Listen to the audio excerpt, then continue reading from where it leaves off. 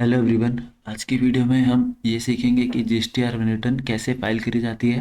तो सबसे पहले मैं आपको ये बता देता हूँ कि जीएसटी-R1 रिटर्न क्या होती है और इसमें क्या क्या डिटेल्स फिल करी जाती है।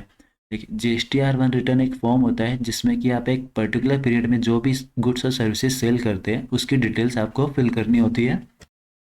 जब आप किसी रजिस्टर्ड पर्सन को सेल करते हैं और इसकी डिटेल्स अपनी R1 में फिल करते हैं तो ये डिटेल रिसिपिएंट की जीएसटी-R2B में रिफ्लेक्ट होती है।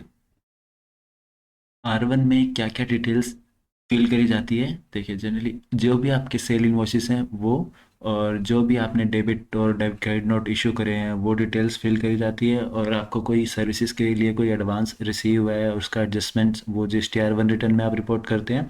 प्लस अगर आपका प्रीवियस मंथ का या फिर किसी भी प्रीवियस पीरियड का अगर आपका कोई इसी इन्वॉइस में कोई रिवाइज करना है, कोई अमेंडमेंट करना है, तो वो भी आप अपने जीएसटी-R1 में शो कर सकते हैं। नेक्स्ट है कि जीएसटी-R1 रिटर्न किसे फाइल करनी होती है। देखिए, जो भी रजिस्टर्ड पर्सन है और गुड्स और सर्विसेज सप्लाई करते हैं तो उसे अपनी जीएसटी-R1 रिटर्न ऑनलाइन फाइल करनी पड़ती है। बट कुछ कैटेगरी है जीएसटी में रजिस्टर्ड पर्सन की जिन्हें R1 अपनी R1 रिटर्न फाइलिंग नहीं करनी पड़ती, बट उसकी जगह पे उन्हें दूसरे जो उनसे रिलेटेड फॉर्म होते हैं उन्हें पर्टिकुलर वो फॉर्म फाइल करने पड़ते हैं। जैसे OIDR सर्विस प्रोवाइडर जो कि इंडिया से बाहर से सर्विस प्रोवाइड करते हैं, वो इनपुट इनपुट सर्विस डिस्ट्रीब्यूटर्स हो गए, नॉन रेसिडेंट टैक्सेबल पर्सन है, और जो भी कंपोजिशन स्कीम है, इन्हें अपनी R1 तो फाइल नहीं करनी पड़ती, बट इनके लिए जो एप्लीकेबल दूसरे फॉर्म होते हैं इन्हें अपनी जो भी सेल रिपोर्ट या जो भी इंफॉर्मेशन होती है वो दूसरे पर्टिकुलर रिटर्न में अपनी जो इनसे रिलेटेड रिटर्न होती है उसमें दिखाना होता है। जीएसटी-R1 रिटर्न की ड्यू डेट्स क्या होती है। जो भी रजिस्टर्ड पर्सन है, अगर उस रजिस्टर्ड पर्सन की टर्नओवर प्रीवियस ईयर में या उस साल में 5 करोड़ से ऊपर रहती है तो उसे अपनी रिटर्न जो है वो मंथली बेसिस पे फाइल करनी पड़ती है, जिसकी ड्यू डेट्स होती है नेक्स्ट मंथ की 11 तारीख। और जो भी टैक्स पेयर जिनकी टर्नओवर 5 करोड़ से कम है तो उनके पास एक ऑप्शन होता है कि वो या तो QRMP स्कीम्स का सेलेक्ट कर ले, यानी कि वो अपनी जो जीएसटी-R1 रिटर्न है वो क्वार्टरली बेसिस पे भी फाइल कर सकते हैं, जिसकी ड्यू डेट होती है 13th ऑफ नेक्स्ट मंथ। जब आप अपने यूज़र आईडी पासवर्ड से लॉगिन करके कर लेंगे तो आपको एक ऐसा डैशबोर्ड दिखाई देगा। तो R1 फाइलिंग के लिए सबसे पहले आपको क्या करना है, यहाँ रिटर्न डैशबोर्ड पे जाना है।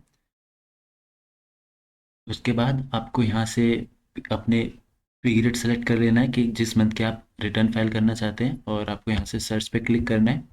उसके बाद आपको यहाँ से क्या करना है, जिस मंथ के यहाँ जीएसटी-R1 फॉर्म दिख रहा होगा आपको यहाँ से क्लिक करना है प्रिपेयर ऑनलाइन। सामने ये जीएसटी-R1 फॉर्म ओपन हो जाएगा। जीएसटी-R1 में वैसे टोटल 15 टेबल होती है, बट ज़्यादातर टैक्स पेयर के केसेस में जो टेबल मेनली यूज़ होती है वो ये 5 टेबल होती है। मैं आपको इन सारी टेबल्स का एक शॉर्ट ओवरव्यू दे देता हूँ। आपने जो भी सेल रजिस्टर्ड पर्सन को करी है उसकी डिटेल्स आपको टेबल 4 में फिल करनी होती है। और आपने जो भी अनरजिस्टर्ड पर्सन को सेल करी है जिसकी इनवॉइस वैल्यू 1 लाख से ऊपर है, प्लस आपकी वो इंटरस्टेट सप्लाई है, यानी कि आपने किसी दूसरे स्टेट में सप्लाई करी है, तो उसकी डिटेल्स आपको टेबल 5 में फिल करनी होती है। और आपने जो भी एक्सपोर्ट सेल करी है उसकी डिटेल्स आपको टेबल 6A में डालनी होती है। और आपकी जो भी अनरजिस्टर्ड पर्सन को सप्लाई होती है उसकी स्टेट वाइज डिटेल्स आपको टेबल 7 में डालनी होती है। और आपकी जो भी नील रेटेड एग्जम्प्टेड या नॉन जीएसटी सप्लाई है उसकी डिटेल्स आप टेबल 8 में डालते हैं।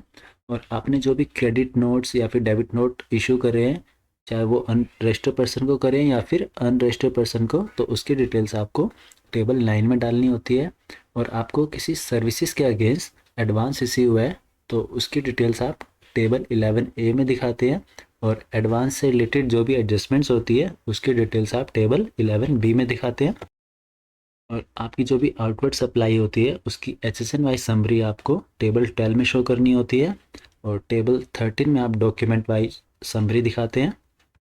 और टेबल 14 में आपको ऐसी डिटेल्स फिल करनी होती है जो कि आपने ई कॉमर्स ऑपरेटर के थ्रू सेल करी है, जैसे कि आपने अमेज़ोन या फ्लिपकार्ट के थ्रू अगर कोई सेल करी है तो उसकी डिटेल्स आपको टेबल 14 में फिल करनी होती है। और टेबल 15 ई कॉमर्स ऑपरेटर को इसमें डेटा फिल करना होता है। और अगर आपका प्रीवियस मंथ या फिर किसी भी प्रीवियस पीरियड से रिलेटेड कोई इनवॉइस अमेंड करना है या कुछ उसमें चेंज करना है तो आप यहाँ पे अमेंड रिकॉर्ड डिटेल्स में जाके यहाँ से उसे अमेंड कर सकते हैं। मैं आपको एक B2B इनवॉइस R1 में ऐड करके दिखा देता हूँ। ये हमारा एक B2B इनवॉइस है जो कि हमने इंडियन ट्रेडिंग कंपनी को इशू किया हुआ है। इसकी डिटेल्स हमें R1 में फिल करनी है। इसके लिए आपको टेबल 4 पे क्लिक करना है।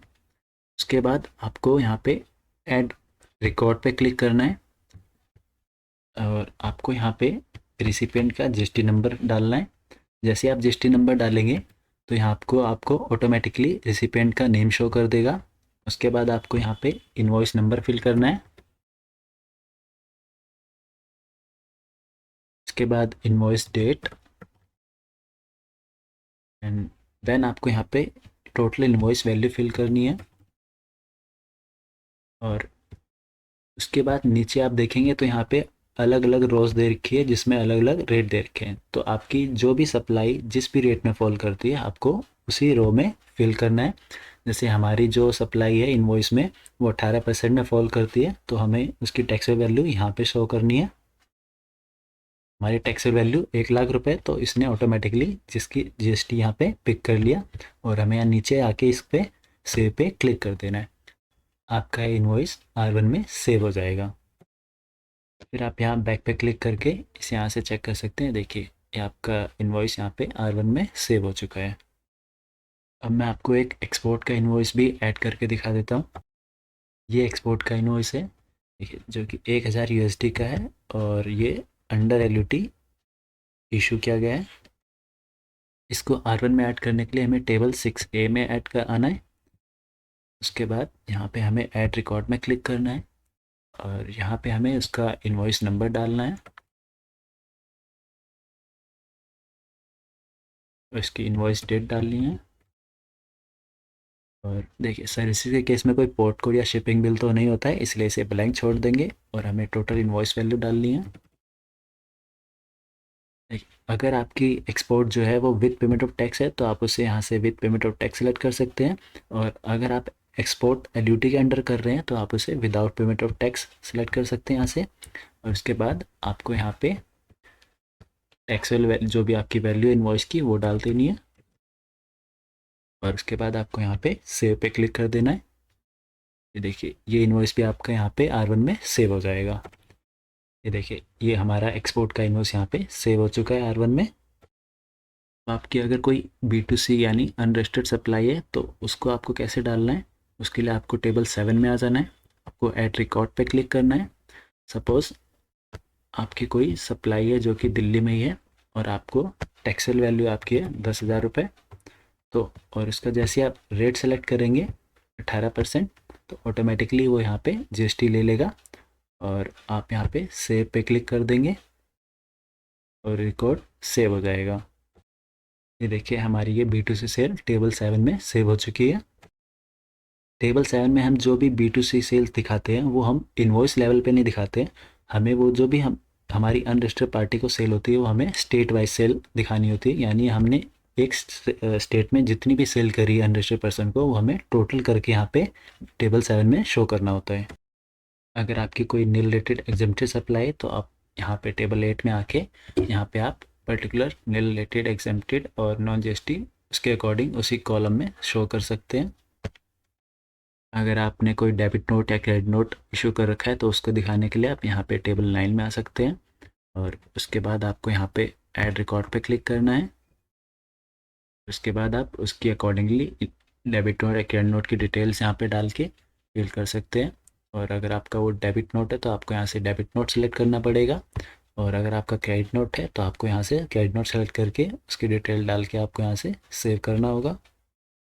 अगर आपने जो इनवॉइस ऐड किया है आप उसमें कुछ चेंज करना चाहते हैं तो आप इस आइकन पे आके यहाँ पे क्लिक करके उसे एडिट कर सकते हैं। और अगर आप चाहते हैं कि आपका इनवॉइस कोई गलती से गलत चला गया है तो आप उसे डिलीट करना चाहते हैं तो आप यहाँ से आके उसे डिलीट भी कर सकते हैं। डिलीट पे क्लिक करके आप उसे वार्निंग देगा, आप उसे प्रोसीड कर दीजिए। ये देखिए आपका वो डेटा यहाँ से डिलीट हो जाएगा। इसके बाद हमें टेबल 12 में इसकी HSNY समरी शो करनी होती है। इसके लिए हम टेबल 12 में आ जाएंगे और हमारे केस में जैसे हमारी जो HSNY समरी है वो है 9983, हमें सिलेक्ट कर लेना है और जो हमारी टोटल टैक्सेबल वैल्यू है यहाँ पे शो कर देनी है। जो उसका रेट है वो रेट सेलेक्ट कर देना है, 18% है। और जो IGST है हमारे केस में 18,000 रुपये, हम इसे यहाँ शो कर देंगे और यहाँ पे आके आपको ऐड कर देना है। ये आपकी डिटेल्स जो है SSNY समरी ऐड हो जाएगी। आप देखिए स्क्रॉल करके नीचे कर सकते हैं। फिर आपको यहाँ पे उसके बाद इसे सेव पे क्लिक करना है और ये रिक्वेस्ट जो आपका HSNY समरी है आपका R1 में सेव हो जाएगा। उसके बाद टेबल 13 में आपको डॉक्यूमेंट वाइज डिटेल दिखानी है। आपको यहाँ पे आके ऐड डॉक्यूमेंट पे क्लिक करना है। देन आपने जिस भी सीरियल नंबर से लेकर जहाँ जिस भी सीरियल नंबर तक इन्वॉइस इशू करे वो आपको यहाँ दिखाना है।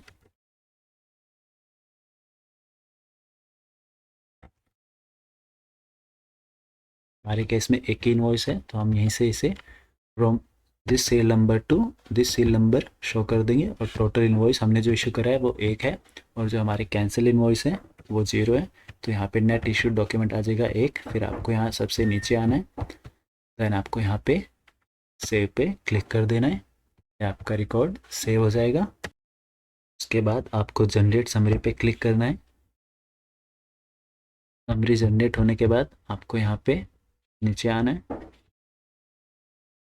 देन आपको प्रोसीड टू फाइल पे क्लिक करना है और ये आपके पास एक समरी आ जाएगा कि आपने किस किस हेड में क्या क्या डिटेल्स शो करी है। जैसे हमारे केस में 4 B2B सप्लाई थी तो टेबल 4A में उसका ये टोटल दिखा रहा है, 1 लाख की सप्लाई थी और उसका टैक्स 18,000 है।